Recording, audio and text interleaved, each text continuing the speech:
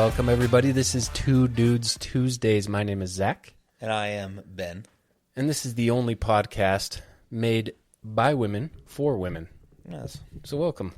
Thank you. And a happy belated International Women's Day. Is it? Like last week or something? Oh. I don't know. Oh. Women are special. They're great, aren't they? So many special women. We'll Indeed. save that for Mother's Day, though. You betcha. What are we talking about today? We're excited to be back. We've had, there was a little bit of a break there toward the beginning of the year. And now we are back a-rolling. We released 2 episodes in one day. Yes, 2. We had to get some out because my editing skills have been slow, and luckily you came in to save the day. And that'll be a shared effort going. You took on the brunt of that previously. But those last episodes, I liked them. Like having Ryan on, he's funny, dude. He did great. And Mike did great. And we had all those special guests. Yeah. Which I think we might have a couple special guests coming in today as well, which is exciting. They keep things spicy. Yeah. I did notice, or I heard in our last podcast when we talked, we had said that the JFK Hamburglar? Oh. the JFK files had not been released. They have been. They have. The videos, oh my gosh. There's lots of stuff. Have you dug through like the files and the stuff, like the conspiracies? No, I don't want to sound like I know what I'm talking about, but I just, the little stuff we talked about. But right. And there really wasn't that much, I guess, that was released that they didn't know before, but right. Still interesting. Wasn't there's like a less well-known, smaller podcast, I think it's called the Joe Rogan Experience, that was like talking about it? Yeah, if you don't have time, after you're done listening to us, hop into the Joe Rogan podcast. We'll shout out Joe Rogan. I guess. Yeah. And he talks about it. But okay. Anyway, today we're talking, why don't you go ahead and tell us how we came up with our subject today? Yeah, this was good. It was actually kind of, those of you that know my buddy Benjamin here. I am. He's a little bit spontaneous sometimes.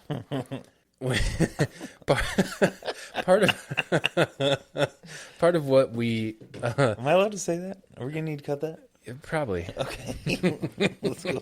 So about 320. Didn't get very far on that. Before we had to make some cuts. Yeah, okay. So it's not very often that Ben and I hang out and there's not Mountain Dew somehow involved. And so a lot of times we'll do a gas station run. We went there earlier tonight just before we recorded this podcast. And we were thinking up some potential topics. And on our way out, you turned around to the gas station attendant, the guy at the cashier, and you were like, you asked him, right? Yeah. Hey, what's an intriguing, entertaining topic to discuss a podcast? And he took a minute to think about it, right? He was processing. He got it serious. Very pensive about it. And then finally came out with, how about some really well-known predictions that were way off or failed? Failed hard.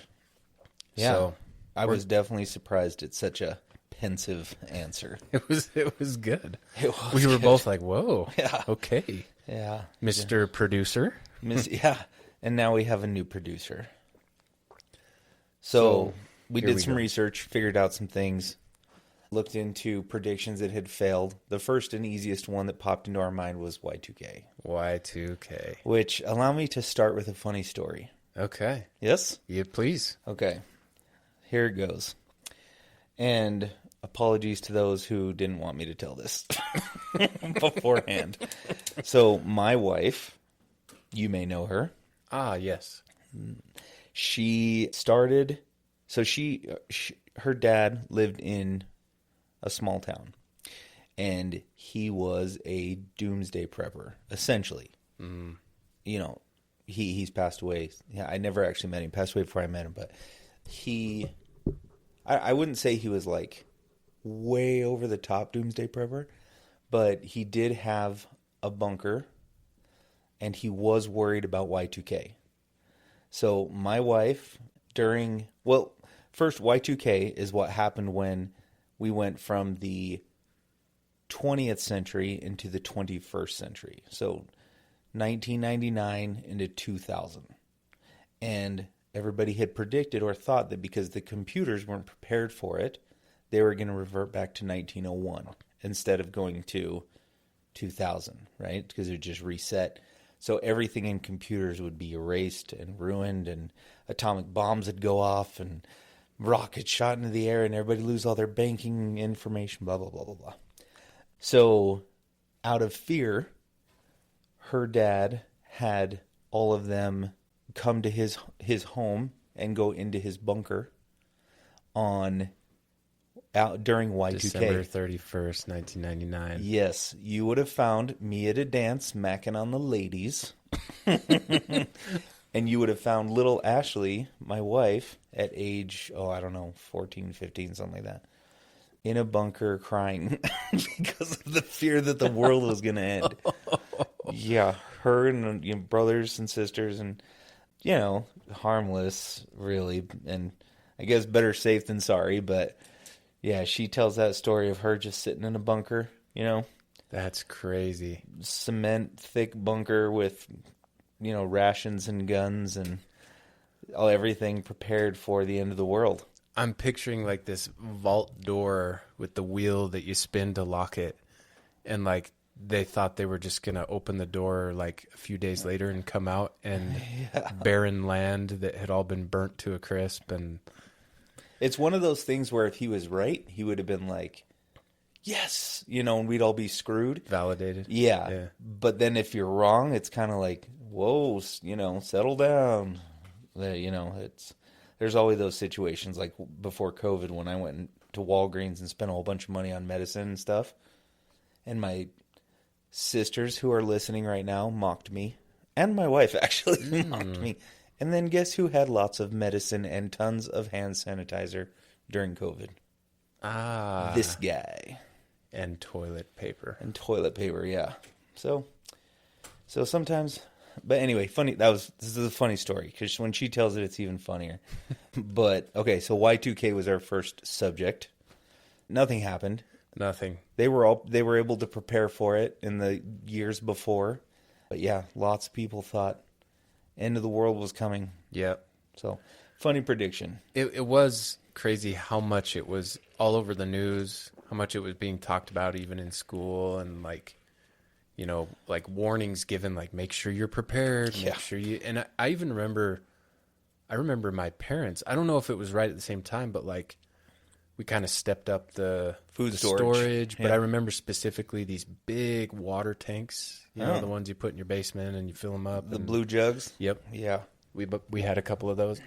If I remember right, it was around that time. Mom, correct me if I'm wrong, but you are not one that's easy on the worrying, and so I'm guessing you were good and ready for Y2K. Do you really think? Did your mom listen to all these? I know your dad does. Did your mom? Oh, my mom totally does. Yeah. Yeah, my dad does. Yeah, they both do. Yeah, my mom does too. I know, and my dad does. When he can figure it out, figure out the technology. That's funny. Along those lines, I'm going to spend a lot of time on this one, but the Mayan calendar, same type Yeah. of thing, 2012. Yeah. Do you know? I mean, I don't really know. What was the exact day? Wasn't it like December 20 something?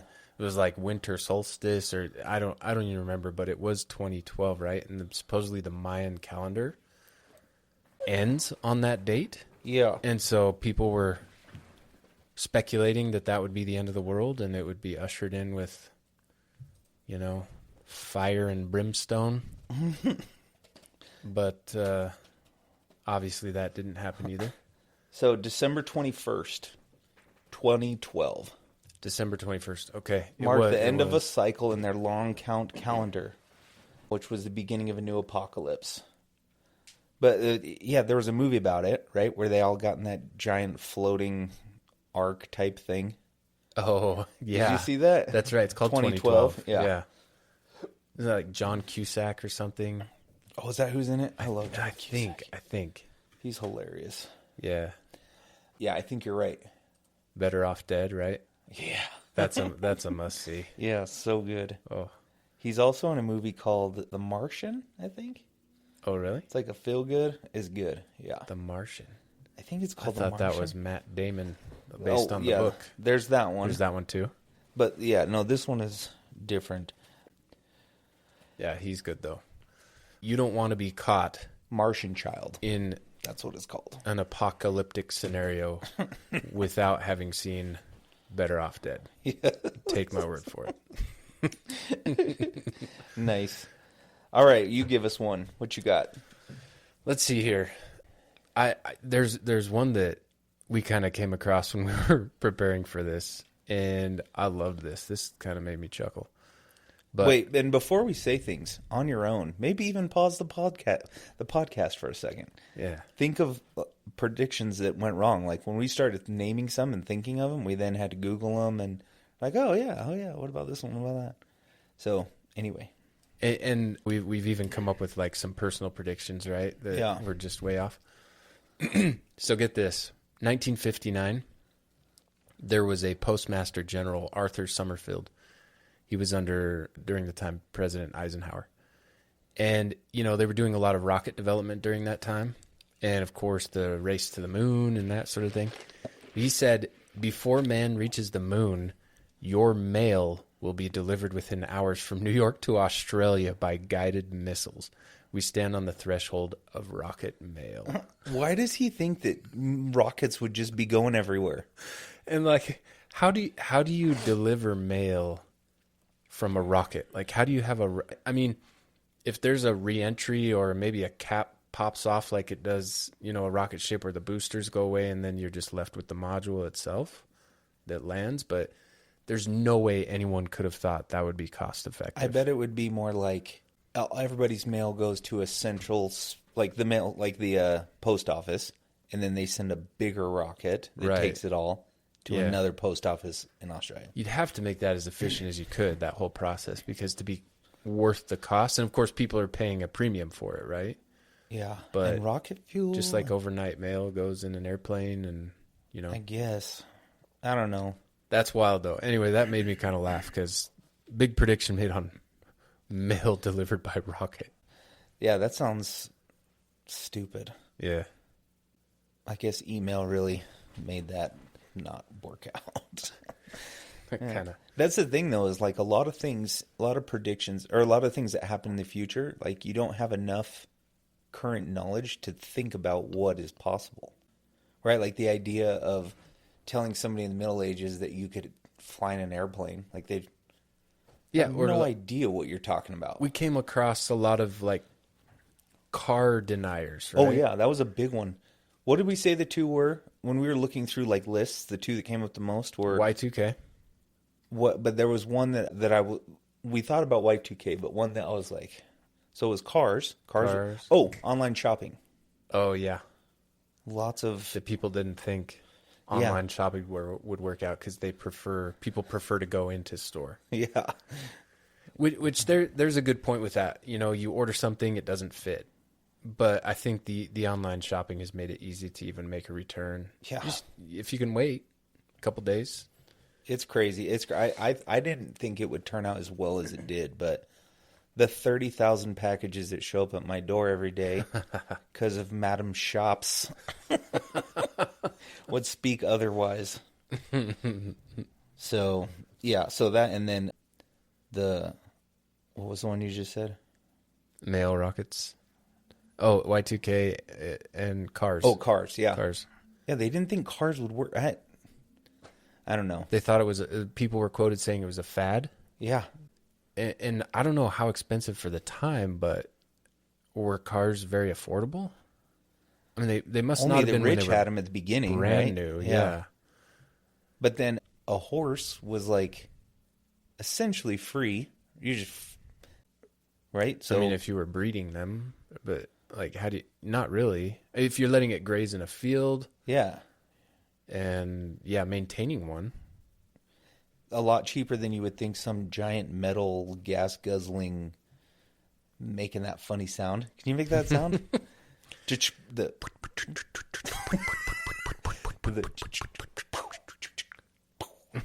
do your best 40s or 20s old. Wait, when does Model T come out? Was that like the 30s? Like early 1900s.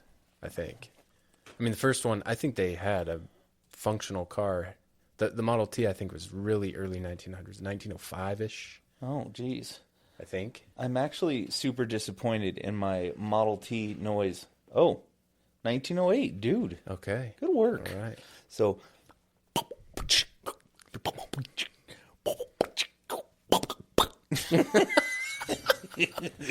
That reminded me of Hiss when he does the helicopter tail in Robin Hood, and he's got the balloon coming. bubble gum. Yeah, the bubble gum Okay, helmet on. give me a Model. Oh, nice. Give me a Model T. Oh, I don't know if I get. Let's see.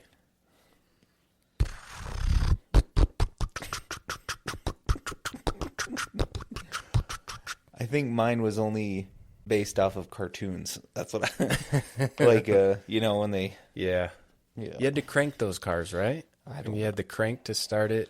I think that 90% of my knowledge comes from cartoons and TV and movies, so I don't know if anything I say is actually valid. So Learn the a lot from cranking, cartoons. who knows? Yeah. Mickey had to crank Mickey Mouse, so probably. What's another one? So I'm going to do more of a kind of a personal one. I like it. Well, I guess it's not personal. It's just like my own personal From your thought. life. Yeah. But Instagram, I thought when I heard about Instagram and that it was bought for whatever, 2 or 3 billion or something, I was like, why is this different than anything else, right? Than Facebook was at the time. There were other apps that just Vine, right? Mm-hmm. Was out, YouTube, and I was just like, why would anybody care to put a video on as opposed to... And then I thought the same thing when TikTok came out. I was like, you can do this on Instagram. Why would this be successful? So Instagram, I really thought was going to fail, and I couldn't believe it was bought for that much money. TikTok was interesting because it had all the music, and there weren't copyright infringement, and like you could actually play it. And It was all about like making up a dance, right? Yeah. It's a trending dance. yeah, That's the thing that's boggled my mind about all of these Snapchat, YouTube Shorts, Facebook Reels, Instagram. Like they all are hitting some kind of a different niche, yeah, right? yeah. How are they all surviving? Well, they're playing off of young children's minds Yeah. and the need to be noticed and to be trendy and part of everything, and also other things that are horrible. Is there so much demand for it though that who the consumers of it, whether or not they're kids, they need all of these apps? Oh, Well, like why have they not just bought each other out and consolidated into one? Why are they so different? well, I think they all have a different focus. I think Snapchat is popular for pornography and other sexual encounters. That seems to be its thing. And Because they disappear, right? yeah, After you send one? that seemed to be the hook. I don't understand Snapchat. I don't get it. I've even had people explain to me, I don't get it. But I do. Me and my kids will go through the filters sometimes because they have the faces and stuff. They're kind of the ones that really pioneered all those, yeah. funny faces that you could do. And then Facebook was to connect with people. Instagram was pictures, right? Like memories. And then they came out with, like the books. What were those books called? Oh yeah, the Chat books. chat books. So it kind of had that to it. TikTok was the dancing. X is everything and anything. Twitter. Man, yeah. It's all So- over the place. And they all are worth crazy amounts of money. So- Because they had the advertising. Wow. And the user engagement. I mean, did you ever think that people can scroll through Instagram for hours? Mm-hmm. You ever think you just stare at a phone for hours looking through videos of, I don't know, 2 little Filipino guys building a house out of mud? Yeah, right? Yeah. Yeah. And I've seen them all. Tried to build one. Yeah. Yeah. So It's crazy. anyway, so I did think Facebook, I thought Facebook was going to work for sure. I mean, it seemed awesome. Some of them made sense to me, but Instagram, I had a really hard time with at the beginning. Yeah. And then the valuation and what was paid for, it was just bananas. That is crazy. All those guys made so much money because it was tiny. Yeah. When it was purchased? Yeah. Was it still? Yeah. Oh, I thought it was massive by the time they bought it. No. Wow, they bought it at the right time then. Because the valuation today, I mean, it's got to be. They bought it for over $1 billion. The valuation now, Oh gosh. just these few years later, Well, 'cause it is Facebook owns it now. massive. Yeah, that's what I'm saying. Of Instagram. Oh, what? This says in 2012. Oh, that's who bought it initially. So it says 2012 Facebook bought Instagram for $1 billion. I thought it was a couple billion. Yeah, and on the Filipino point, I came across this the other day, but like there are little kids in the African bush that have an account, and Oh, yeah. millions of people follow because they do cool dances and stuff, right? Yeah. And you got to imagine if they are they monetizing their page and stuff? Because Yeah. Well, have you seen the ones where you can put in like you say the person's birthday and their name, and then they'll put it on like a piece of cardboard, and then they'll do a dance saying "Happy Birthday, Ashley." Wow. Yeah, and you just pay some money. So it's interesting. And they're doing all the 5,000 Ashleys that they got requests for on the same day. So Yeah. But this whole idea of like connecting with somebody in a different country. Do you remember this portal that they had between, what was it, the UK? It was like London and Portal? yeah. So in New York City and London, and they had this like you'd walk up to basically this doorway looking thing, Yes. and there was a screen on it, and on the other side of what you were seeing on the screen is real time. Somebody in, I think it was either Ireland or it was They London. still have those in airports. Do I've they? seen them in airports, yeah. I've never seen one. Yeah, they still have versions of that in certain places. I saw a video like in the last couple of days. So they had one connected. Maybe it's still there. New York to, I think it's London. I could be wrong. And somebody on the London side pulls up a picture and holds their phone up to the camera for the New Yorkers to see. And it's a picture of one of the airplanes flying into the towers. Oh my gosh. Yeah. I was just like, messed oh up. man. Dude, I'm about to blow your mind. Instagram, when it was acquired in April of 2012 for $1 billion, had 13 employees. You're kidding. 13, dude. 13. And it was already valued at 1 billion Yeah. something, north of $1 billion. It was bought for $1 billion in a combined cash and stock deal. That's unbelievable. I had no idea it was that small. Instagram had closed a $50 million round at a valuation of $500 million right before the sale. Unbelievable. That's insane. 13 employees. I mean, you're talking about like the least valuable employee, or the one who contributed the least still walked away, probably, you would think, Millions. with millions. Yeah. I mean, because most of that's probably owned by a couple people, Yeah. but still, you're not going to just, hey, we made $1 billion, you get nothing. Yep. It's insane. How's your beverage? Yeah, sorry if you can hear my beverage. Actually, I don't care.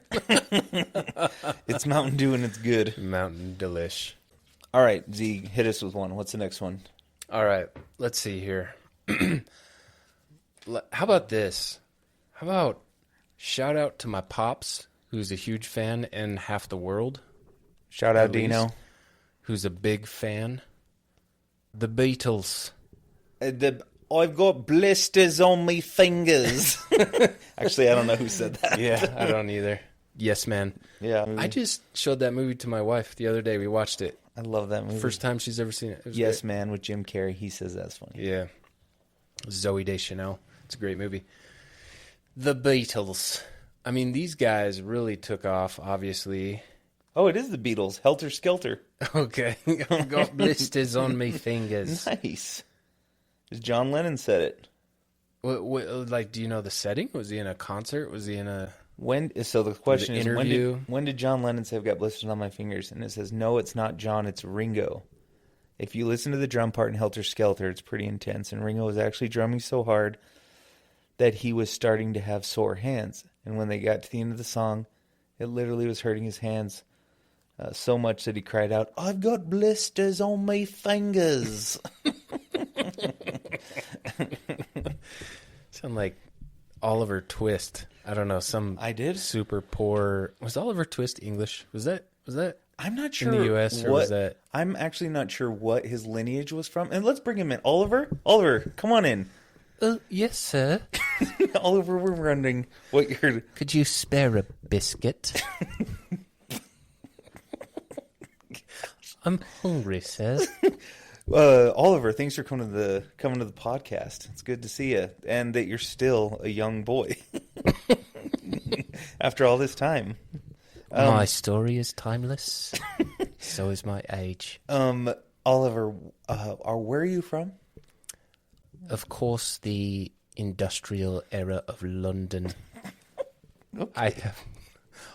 And if I'm not, then perhaps I was only there for a time. Okay. What's the city called, do you and think? picked up this accent.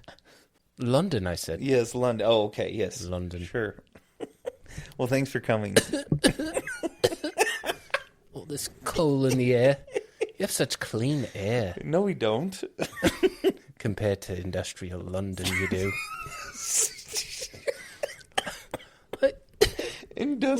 Industrial London?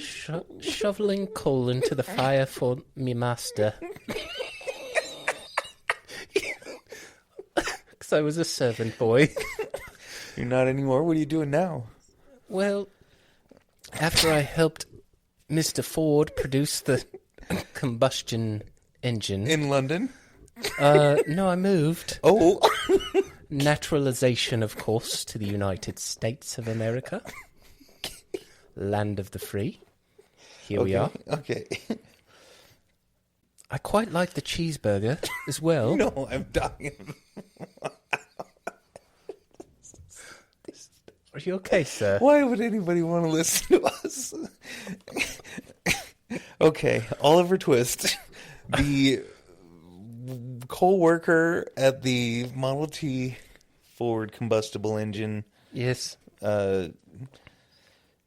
factory. Well done. Well done. Thanks for coming. Oh, is that all? Yeah, last thoughts I would say about the Beatles? I love the Beatles. And, Do you know any of their songs? of course, Oh, can I hear one? my personal favorite is I'd like to be under the sea in an octopus's garden in the shade. Oh, well done, Oliver. Thank you. Yes. Thank you. All right, now back to work. Okay. Go on with you. Not back to the coal fire, sir. All right, get out of my chair, kid. Oh, Zach's back. Ugh, Yeah, we just what an had annoying. the most homely little British boy here. I'm ashamed that I don't actually know the full story of a Charles Dickens character. I should. literally have not seen the movie or read the book. All I know is please, sir, I'd like some more. Biscuits. Is it biscuits? I thought it was like porridge I or have something. no idea. So that's next on my reading list, I guess. No, it's not. You're not going to read it. One day. Yeah. But the Beatles, we never talked about why they were such a, unpredictable success story. Yeah. Anyway, there. So a few quotes. I've got them right here that were said. So 1964, National Review founder, popular periodical, magazine, whatever, was quoted as saying they were so unbelievably horrible, so appallingly unmusical, so dogmatically insensitive to the magic of the art that they qualify as crowned heads of anti-music. Somebody from Decca Records, I don't know how big that record studio was back in the day, 1962 audition by the Beatles said, We don't like their sound, and guitar music is on the way out. Guitar music. Guitar music will never be out. Yeah. The musical director for the Ed Sullivan Show said the only thing different is the hair. As far as I can see, I give them a year. Oh. And boy, were they wrong. Yes, they were. They were. It's crazy the range that the Beatles had. I mean, I'm not a professional in anything here tied to the Beatles or music, but when you listen to a song like "Hey Jude," and then you listen to a song like Hard Day's Night. "Hard Day's Night," Completely different. "Obla di Obla da," I feel like there's not any similarities in a lot of those songs, or "Man on the Hill." Like, they just are so different. A lot of times people don't realize how many songs actually come from the Beatles. Like, when you look it up and you're like, that's the Beatles. Yep. You're like, now I understand why they have blisters on their fingers. Yeah. Yep. Nobody wanted them to stop playing. I mean, they've got to go down in history as one of the greatest bands of all time. Yeah, that's true. I agree with that. You know, I think that people who say they don't know Beatles songs, you could play 10 of them for them and they'd be like, yep, I've heard that. Yep, I've heard that. Yep, I've heard that. Yep, I've heard that. Yeah. Pretty crazy how talented and how many success and entire albums where you could play it every single song and enjoy them. It's funny because we are so young, it's hard to really understand how famous they actually were. Mm-hmm. Like, truly global phenomenon. So if I type in most famous singing group of all time, it's going to tell us, so I just typed the most famous singing group of all time, and it says, is widely considered to be the Beatles. Yeah. No doubt about it. See, there's a movie. It's called Top Secret. Okay. It's from, I think it's from early 80s, mid 80s, I think. It's with Val Kilmer. Okay. And there's been some scenes from that movie that have gone around the internet on Instagram and stuff, funny memes and whatnot. Mm-hmm. But Val Kilmer's young, and he is essentially Elvis, but he's also hired to infiltrate I don't even remember, something, right? And it's just a parody of So he's like a spy? Yeah, he's also like a spy. Like, he's a singer, but then they ask him to be involved to help to get into, is it the Russia? I mean, in the 80s, Russia? Every movie was about Russia, right? Yeah. Just like they are today, too. Man. It's, here we go. An American rock and roll singer is invited to a cultural festival in East Germany in order to distract from a plot to destroy NATO submarines. But the reason I remember it is because while he's singing up on stage and he starts doing like the Elvis hips kind of, mm-hmm. the girls in the audience are just freaking out and like ripping out their hair and like, just doing really over the top funny things just to show how crazy people were. And I feel like that's how people were about the Beatles, even mm-hmm. though, I mean, people are do that type of stuff now too, but it's just, I don't know, it's funny. Yeah, that's been something I've never understood. I've never been much of a concert goer, but one time I attended Stadium of Fire, so big fireworks show / concert that takes place in Provo, Utah on the 4th of July, and they had the Jonas Brothers. Oh. Yeah. And you went nuts. I was screaming at the top of my lung. It's actually the reason I lost my hair was because I pulled it all out. And no, but I was the funny weird guy plugging my ears. Yeah. Because there were 12-year-old girls around me screaming at the top of their lungs, and it was serious. I kid you not, it was hurting my ears. And you look back at the live performances from the Beatles, and you see these women doing weird things, screaming, like shaking their head back and forth, like really going nuts. Yeah. I've never understood that. Felt that way about a singer? Yeah. Like that enamored. Yeah. Infatuated, obsessed. It's funny. It's really funny to me. Yeah, I don't get it either, but I think that's more just part of the scene attention and, I don't know, Yeah. craziness of a teenage girl. Yeah. I don't know if I've seen boys doing it for, like, Reba McEntire. Or, Probably more Shania. yeah, I don't think people are going nuts for, well, no, I don't see it. Greatest band of all time, the Beatles. Close number 2, Ace of Base. Yes, I love Ace of Base. Nickelback. Nickelback. There you go. Okay, so obviously that was a failed prediction. Huge failed prediction. One that I thought was kind of fun was, do you remember, so this would have been like early 2000s, Second Life? Mm-hmm. So that was it was a online virtual world where they thought people were going to really start using this for marketing, and you were going to have these virtual meetings. It was in an episode of The Office, and you could create your person, your avatar, and walk around. I mean, there's tons of things like that now, but they really thought Second Life was going to be like the next thing, and that bombed hard. And it stayed around for a long time. In fact, it still might even be up, but it was around for a long time. They've made movies around that idea, Yeah. right? Like Yeah. what's the one with Ryan Reynolds recently where he's like an avatar and they're plugged into this The video guy? game. Yeah, like I can't remember the name. They call him Guy. Yeah, but he's not plugged into is he plugged in the video game? Well, spoiler alert. He's an avatar that actually, like, AI develops a personality and they think feelings over time, right? Because this algorithm the Yeah. creators wrote. But everyone else is plugged into the game. Okay. And they're, like, playing this video game online in a social setting. Ready Player One Kind of like that. was one. Yeah. Also, my favorite, and where I hope we get to, Wall-E, Wow. where at the end they're all plugged in Yep. and everything gets done for them by robots. That sounds good. Like, as a prediction? I would like to predict that happens just because I hope it happens.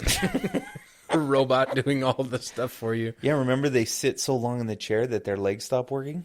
Oh, yeah, that's right. They, like, can't stand up. Well, they're also, like, 500 pounds. Yeah, because they get, like, food is just fed to them and then they're in virtual worlds. So that's a conversation for another day, but it's hard for me to think about that type of a situation. Like, so if we have these virtual worlds, and we have another subject we were going to talk about was AI, right? And the prediction of AI, because now we can move on to predictions that are going to happen in the future that we think might bomb, maybe. But with AI, if you have, this is what I was saying to somebody when I was talking about Wall-E. So Wall-E's a Disney movie, if you haven't seen it, where the world has been taken over by machines and it's just destroyed, and there's a little robot that cleans up trash and stuff, and it follows him, and he ends up going to the space station, and there's a whole bunch of humans, but the humans are in these chairs where they're plugged into virtual reality. So they're doing all these things virtually, but really they're just sitting in a chair, and they sat there so long they can't. An actual generation has passed. So a lot of people don't even know what it's like to walk. But anyway, I was thinking about that, and I was like, okay, obviously I don't think this fully, but if you could be anywhere in the world with people, like you could be there with like your family or with other people that are tied into whatever you're doing, and you control everything about the environment. So there's no violence, you can set all of your everything. That'd be really hard to not want to be fully engaged in, right? Right. Where all scenarios are controlled and all outcomes are controlled. And you could even introduce problems, or you could introduce different things that happen and then reset, or whatever it is, you know? So it doesn't have to be like perfect. You can still have learning opportunities and learn how to deal with things. But I think about that, how AI, for example, they talked about, I read this thing about how AI is going to is already becoming so interesting and so smart that people are preferring those over therapists or over like friends. Like you just talk to AI and you can say for it to be nice or to, help you or all sorts of stuff.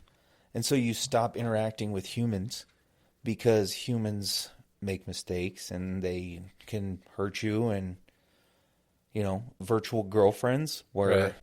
Yep. they're if you have a girlfriend who makes you feel good all the time and does everything that you ask her to, it's obviously virtually that's a not as there's obviously a disconnect there. But I mean, if you can, But just the companionship aspect Yeah. of a relationship where nothing is hard, right? yeah, And literally that person caters to your like emotional needs on every level, yeah, to every whim perfectly, with no conflict.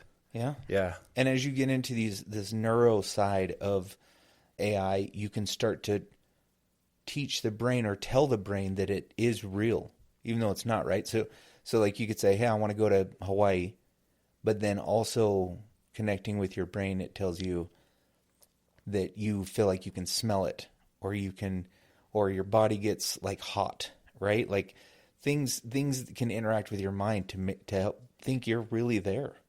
Exactly, and I totally agree. And I was just thinking about this. Have you ever had the experience where you go golfing, you're playing golf, you're riding a cart, you're driving the cart, and like the whole time, a golf cart, you can just pedal to the metal. It has a governor. It's only going to go so fast, even downhill. And then, you're done with 18 holes or whatever.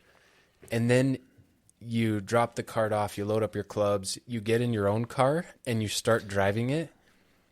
And all of a sudden it's like this weird feeling because you've been used to a golf cart and all of a sudden you transition to your car. Have you ever had that experience?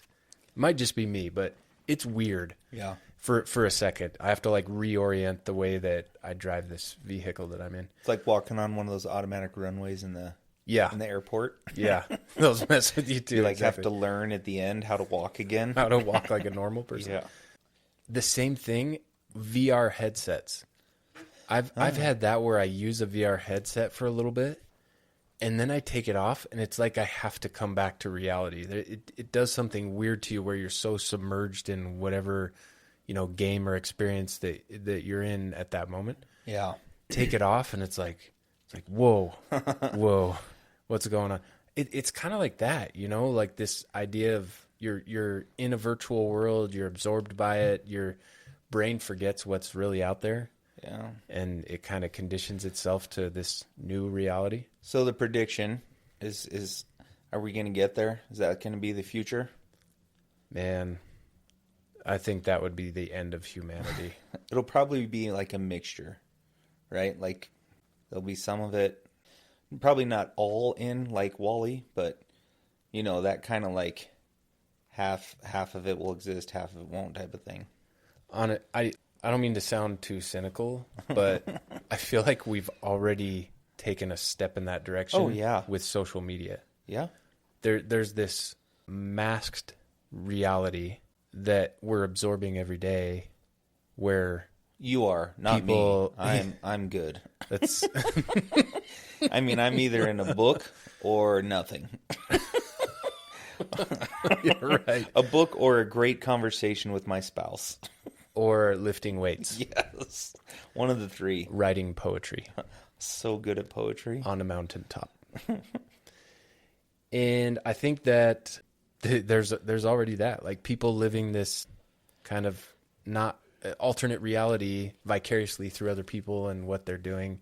Like Absolutely. I'll spiral through these like cliff jumping into water videos. I'm like I've so been through those. intrigued by that. I'm like, geez, it's insane. It just makes you feel crappy that you were always too afraid to do it. Like, I remember I would go like the platforms which were like 30 feet, and I'd be like, Yeah. they're jumping off like 130 feet. Stuff these guys are doing, I don't care that I missed out on that. Like I'll watch them do it. I it's would never insane. jump from something that. All right, so we're getting long here, so we'll have to pull the plug. But we're also talking about other things in the future. Let's bring up the one that you had mentioned, the theater. Theater going away? Yeah, that one's interesting, right? And I think COVID did a lot of weird things to the world. Yeah. One of those was all of a sudden, right, they kind of transitioned, but they were still making movies. It was Trolls.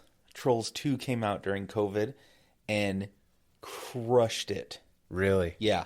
Like crushed it. Because it didn't even go to theaters. Yeah, right? it was like the first mainstream movie to go straight to streaming service, and everybody was home, and it made way more money than it was projected to make. Which lucky timing for them, right? Because it was like people were so starving for that sort of thing, and it was like, okay, well, we can still see a brand new movie.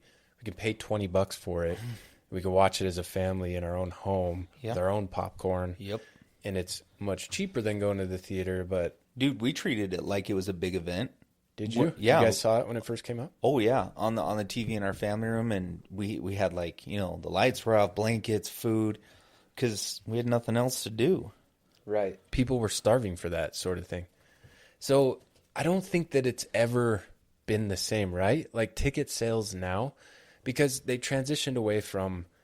I don't think I see releases that go like straight to a streaming platform now. They'll show it in theaters for... No, there's some. But isn't there still like a couple week lag? Like not on release in theaters and then like 2 weeks later... Not on all of them. Then it's available to stream? I think it depends whether or not it's original content. So like if Netflix makes something, it starts in Netflix. Right. And some of those movies are pretty big. Yeah. But then if a different company that's not one of those streaming services makes one, then it probably goes to movie. That was already happening before COVID though, right? Like the original content and not just TV shows, but movies were hitting just a streaming platform. Yeah, it was. I just don't know if it was like high budget mainstream type movies like we're seeing now. Okay. But I'm not sure about that. I just feel like the whole landscape of that dynamic changed where, it used to be these movies would only hit theaters. They were there for months. Then you'd wait for it to come out on DVD. Yeah. And you'd be stoked to buy it so you could watch it whenever you want, right? And maybe we're talking more about the advent of the streaming service.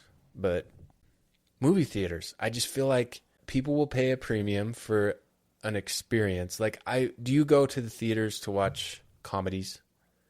I know you have in the past. You love the comedy genre. Yeah, and I love movie theaters, but I haven't been to see a comedy in a long time. See, that's where I think that it's kind of tapered off. Yeah. Most of the theater views I go to are like during holidays. Right. So if there's a comedy during like Christmas, we like to go, Thanksgiving, stuff like that. Mm-hmm. But mostly I'm going there for like crazy action.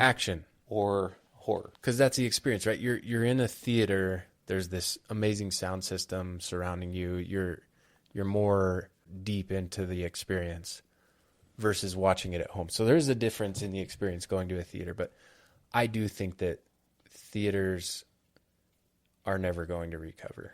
Yeah. And I think it eventually will be something that I don't know if I want to say it just dies off entirely or we'll have to downsize significantly. Yeah, and also now that it costs, if I'm like, hey, family, let's go to the movie theater, and it cost me $100 after tickets and and food. Mm-hmm. One little nugget I'll share with you guys, though, is if you do go and you have those buckets for Megaplex, it's Megaplex, right? Utah Theater Company. Yeah, Utah Theater Company. If you go to the Megaplex and you have the bucket of popcorn, like the refillable ones that you can buy every year, put the lid on, or bring the lid, go to Little Caesars, fill up the bucket with a pizza, and then put the lid on, and then take it in. And you've got yourself a pizza that you only paid $5 for. I feel like you and I could write a book about outside food into theaters. Yes. Chipotle. I like Chipotle in theaters. It doesn't say anything. I was trying to look up the details on Trolls, and it just it made a fortune. But probably more than anything, far surpassed what they thought it would make. Yeah, for sure. Absolutely. I guess it was released in a couple theaters, but then it just says lockdown made it really hard. What about, I just want to ask you one more. Are we going to go to Mars? Like, when do you think we go to Mars? Oh, when? Yeah. Like a person will actually like set foot there? Like the first steps taken on Mars? So I'm optimistic about it, and I feel like we can hit Mars with a person. Do you think in your lifetime? Yeah, definitely. Okay. Yeah, I think by 2040 Okay. we have a person on Mars. 15 more years. Yeah.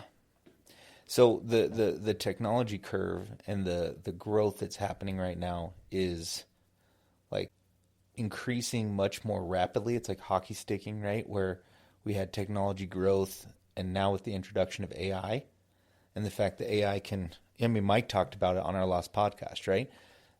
How powerful quantum computing is getting, and then introducing AI into that, how it's solving problems that we thought were going to take hundreds of years in minutes.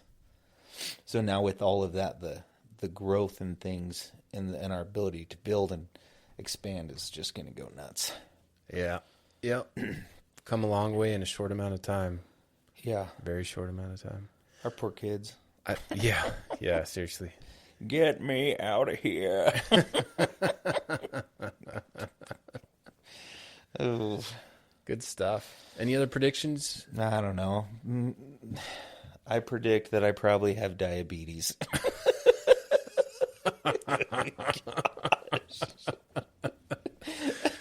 Hey, you've switched from regular dew to diet dew. Yeah, I've got the diet do going. We're good.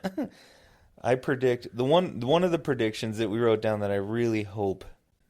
Well, I guess we didn't say whether we were right or wrong about it, but like just religion in general, and I'm not talking about just my religion, like all religions that are good, I hope continue. I hope religion just doesn't like phase out, Right. like, you know, and just, I don't know. Interesting. Obviously, it's like it's the center of my life, right? Religion and Christ and the plan that he has for us. But I just, in general, I think the world is better with safe, loving religions. But that's my final thought. That's nice. I like that. That's a good way to end. Yeah. All right. So once again, our last message to people is, start commenting. We're still working on video. We've gotten some dads to help us with some awesome video opportunities. So we want to come forth with video. We think it'll be funny. And then we're also always looking for random people to speak with. So let us know if you want to be on the podcast. And start preparing now for Y3K. Yes. Get, 10 generations down the line when we get to Y3K, you make sure your family is ready. Yes. Okay? Your ancestors, your successors. But if it happens tonight, and in case we don't see you again, Good afternoon, good evening, and good night.